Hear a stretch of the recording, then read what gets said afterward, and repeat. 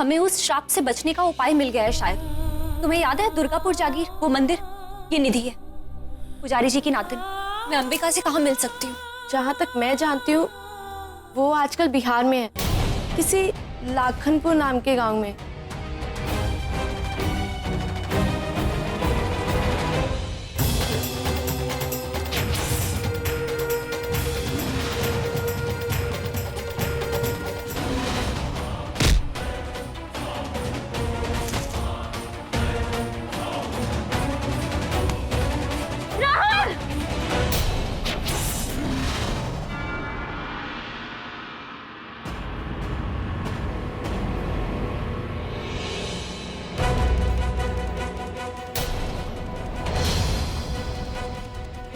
क्या हुआ राहुल? तुम्हारी रुद्राक्ष की माला? मनु, मनु जाओ यहाँ से, मनु जाओ। नहीं। मनु जाओ यहाँ से।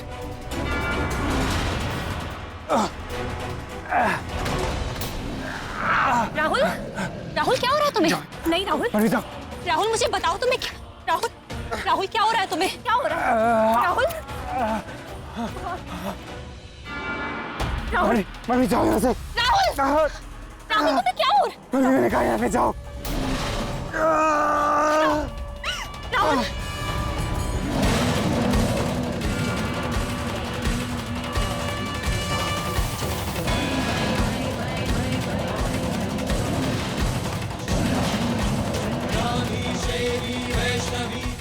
राहुल,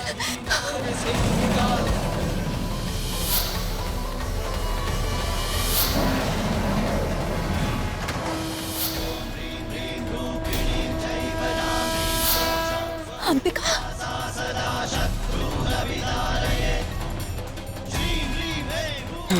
राहुल, इसीलिए कहा था मैंने, मुझसे दूर रहे। राहुल, राहुल उठो। देखा अंबिका, अब तो तुमने सब कुछ अपनी आंखों से देख लिया ना। अब तो हमारी मदद करोगी ना तुम? पंडित जी को इसका पता था, लेकिन बताने से पहले ही वो चल बसे, और जाते जाते वो तुम्हारा नाम लेकर गए। अंबिका, मैंने तुम्हें बड़ी मुश्किल से ढूंढा है अंबिका, प्लीज हमारी मदद कर, प्लीज मेरे पति को बचा लो इस श्राप से। हमारे पास समय बहुत कम है, हमें जो कुछ भी करना है आज रात को ही करना होगा। जल्दी चलो।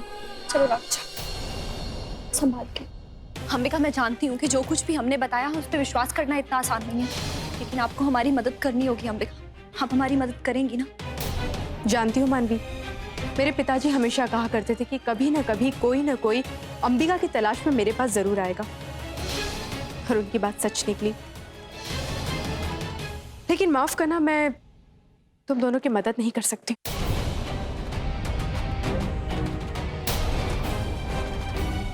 जिस अंबिका की तुम्हें तलाश है वो मैं नहीं हूं। तो फिर? फिक्र मत करो, जिस अंबिका को तुम दोनों ढूंढ रहे हो वो भी यही है। आओ मेरे साथ।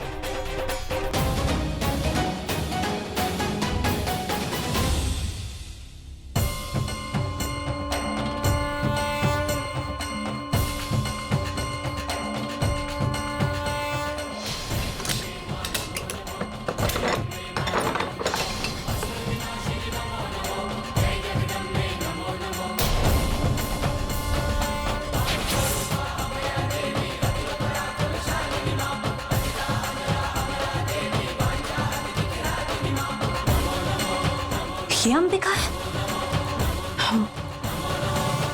पंडित जी ने इसी किताब के नाम पर मेरा नाम रखा था। जिस अंबिका की तुम लोग तलाश कर रहे हो वो यही किताब है। यही किताब तुम्हारे हर सवाल का जवाब देगी। पंडित जी ने ये किताब पिताजी को देते समय कहा था कि एक दिन हमें इसकी जरूरत पड़ेगी, और मुझे भी पूरा यकीन था कि एक दिन कोई ना कोई अपने सवाल का जवाब ढूंढते हुए यहाँ जरूर आएगा। तो बताओ ना कि इस किताब का राज क्या है? तुमने तो पढ़ा होगा ना इसे। ये कोई मामूली किताब नहीं है जो आसानी से पढ़ी जा सके, और ये किताब अपना जवाब उन्हीं को देती है जिसे वाकई में इसकी बहुत ज्यादा जरूरत हो। तुम लोग इतनी दूर से इसे ढूंढते हुए यहाँ पर आए हो, तो मुझे पूरी उम्मीद है कि ये किताब तुम्हारे हर सवाल का जवाब देगी। और सभी राज से पर्दा भी हटाएगी।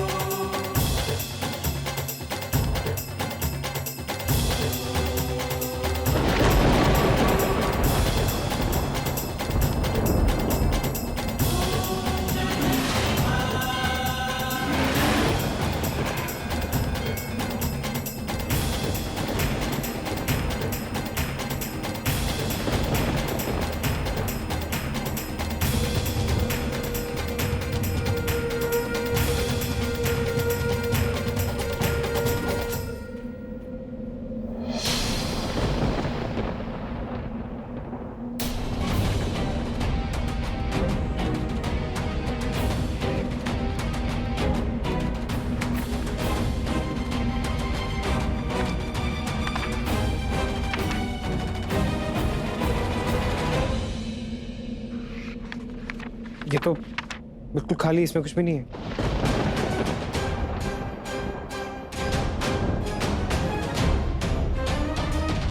इस किताब में छिपे शब्दों को खोजने के लिए हमें और अधिक शक्ति की जरूरत है।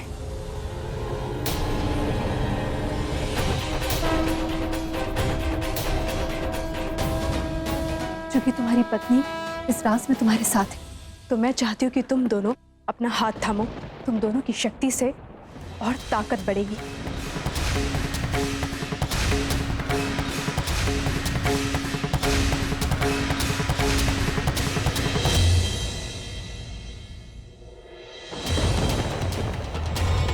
और अपना एक हाथ इस पर रखो।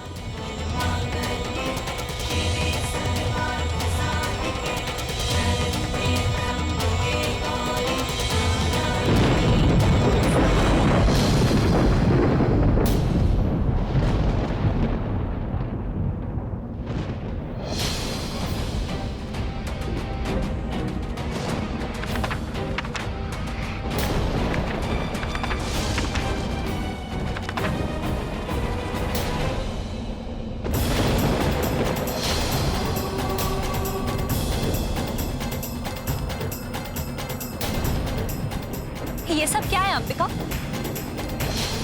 हम इसे पढ़ेंगे कैसे?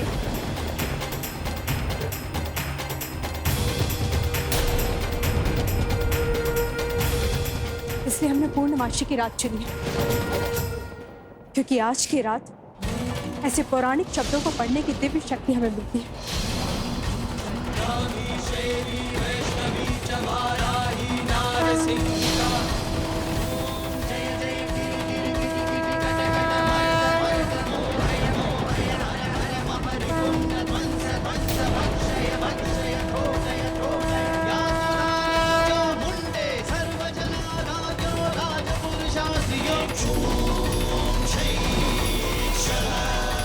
तुम्हारे अंदर जिस आत्मा ने प्रवेश किया है वो एक दिव्य शेर की आत्मा है।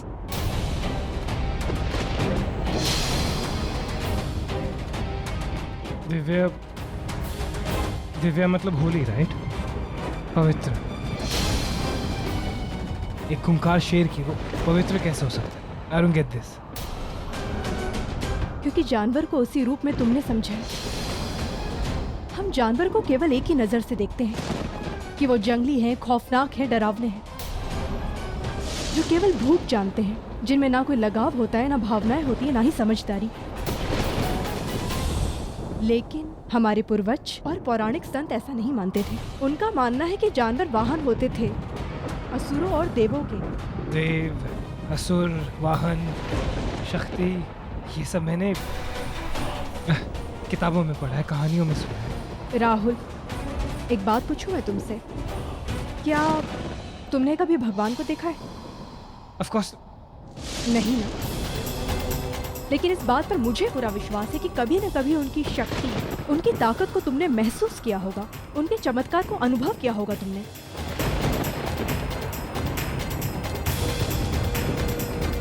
जैसे भगवान का अस्तित्व है, ठीक वैसे ही असुरों का भी अस्तित्व होता है। लेकिन ये असुरों और दानवों, इन सब का दुर्गापुर जागीर, उस मंदिर और शेर से क्या ताल्लुक है? ताल्लुक है। तुम दोनों सोचो कि जिस जगह पर वो शेर मारा गया था वो नवरात्रि की आखिरी रात उसी नदी पर पानी पीने क्यों जाता था? शेर देवी माँ का वाहन होता है, इस बात को तो जानते हो ना तुम? दुर्गापुर के जागीर का बहुत ही समृद्ध शेर था वो। दुर्गा माँ का आशीर्वाद था उस पर। वो वहाँ का रक्षक था, रखवाला था। असुर इस दुनिया में तब से हैं जब से इस धरती का निर्माण हुआ है, और इन असुरों का सबसे शक्तिशाली सम्राट सांड का रूप धारण कर लिया करता था। दुर्गापुर के जागीर का वो शेर इन्हीं असुरों का वध किया करता था। आज वो असुर हर जगह बिखरे हुए हैं, लेकिन उनमें से अगर कोई एक भी शक्तिशाली रूप में खड़ा हो गया तो चारों ओर तबाही मच जाएगी, सब और विनाश हो जाएगा, कई मासूम लोगों की जानें चली जाएंगी। आज से करीब 10 साल पहले एक कुल का निर्माण हुआ था, और उस कुल का सम्राट, उसके अंदर भी ये शक्ति थी कि वो सांड का रूप धारण कर लेता था, और अपनी शक्ति को बढ़ाने के लिए वो इंसानों का वध करने लगा, उनकी बलि चढ़ाने लगा। और इसी दुर्गापुर के दिव्य शेर ने उस असुरों के सम्राट का वध कर दिया था। और उसके बाद वो मंदिर में पानी पीने गया, और वहां पर किसी शिकारी ने शेर का शिकार कर दिया। मुझे लगता है कि उस शिकार या उस शिकारी से ही तुम्हारा कोई रिश्ता है, जिसका श्राप तुम लगा है। रिश्ता है मेरे पापा।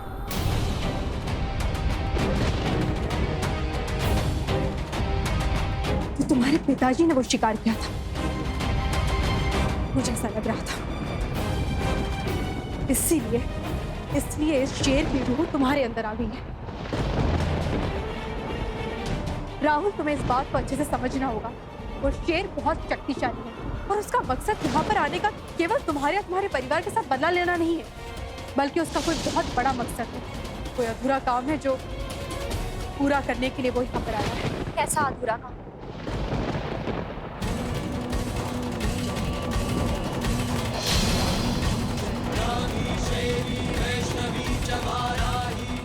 10 साल पहले जिस कुल के प्रमुख को शेर ने मारा था, उसी कुल में एक और दहशतकारी सांड पनप रहा था। शेर उस रात पूरे कुल को खत्म नहीं कर पाया, और इन 10 सालों में शेर के ना होने की वजह से वो कुल फिर से शक्तिशाली बन गया है, और इसलिए इसी वजह से वो तुम्हारे भीतर आया है। और जब तक वो अपना मकसद पूरा नहीं करेगा, वो यहाँ से लौटकर नहीं जाएगा। लेकिन इन सब में राहुल को क्यों घसीटा जा रहा है? क्योंकि राहुल के पिताजी ने ही उसका शिकार किया था, और उसका मकसद अधूरा रह गया था। पर अब तुम दोनों को सोचना कि तुम इसे किस रूप में देखना चाहते हो, क्या नाम देना चाहते हो, श्राप का, या फिर इस दुनिया को बचाने की लड़ाई में शामिल होने का एक अनमोल मौका। अनमोल मौका। मैं एक खूंखार जानवर में बदल गया हूँ, उन्हें ऊपर अटैक कर। कि ब्लेसिंग कैसे हो सकती है? राहुल, तुम्हें इस बात को समझना होगा। ये शेर यहाँ पर केवल असुरों का नाश करने आया है। ये कोई भूखा खूंखार शेर नहीं है। ये शेर कभी भी किसी मासूम की हत्या नहीं कर सकता है। लेकिन मुझ पर अटैक किया। वो इसलिए किया क्योंकि उसके मकसद में कोई भी आएगा रुकावट बनकर, तो वो उसको हटाने की कोशिश जरूर करेगा, लेकिन उसे मारेगा नहीं। ये बात जरूर है कि श्राप है तो भुगतना तो पड़ेगी, लेकिन इसका एक तोड़ है। राहुल, तुम्हें पूरे भक्ति भाव से रुद्राक्ष की माला पहननी होगी, ताकि उस शेर का गुस्सा केवल अपने मकसद की ओर केंद्रित हो सके। हाँ, तुम इतनी श्योरिटी से कैसे कह सकते हो कि मैंने कोई खून नहीं किया? मतलब तुम्हें मालूम है कि यहाँ पे 2 डेड बॉडीज मिली हैं, 2 मौतें, और मेरे आसपास मेरा उनके साथ कोई लेना देना नहीं था। राहुल, इस बात को मैं मान ही नहीं सकती हूँ कि वो शेर किसी भी मासूम इंसान को कभी भी मार सकता है। ऐसा हो ही नहीं सकता है। पुलिस इन्वेस्टिगेट कर रही है, कुछ लोगों को मुझ पर शक भी है, मुझे भी। नहीं राहुल, शायद इन दोनों मर्डर से तुम्हारा कोई कनेक्शन नहीं है। मैंने इंस्पेक्टर पृथ्वी से बात की है, वो इस केस की इन्वेस्टिगेशन कर रहे हैं, और अभी भी पूछताछ चल रही है। शायद मर्डर कोई तीसरा इंसान है। तीसरा? सुजॉय? अगर सुजॉय नहीं तो और कौन हो सकता है? अवंती तलवार।